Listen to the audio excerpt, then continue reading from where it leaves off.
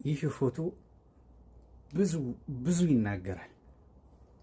በአንደበቷ ተንፈሳ እንዲውኛለሁ ባትለንም እንባዎቿ የሚያወጉን ነገሮች አሉ።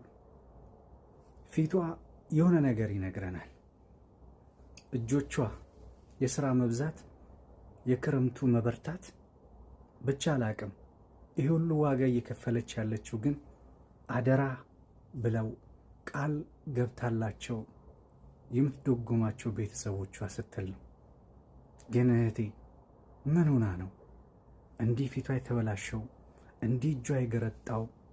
እንዲህ ሐሳብ የወሰዳት? እንደዚህ ክልትው ያለችው? እንዲህ አይኖቿ እንባ የሚያፈሱት ምን አጋጥሟት ነው?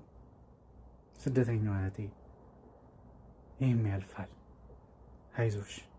ግን ምን እንደሆንሽ አንቺና ፈጣሪሽ ብቻ ነው የምታውቁት።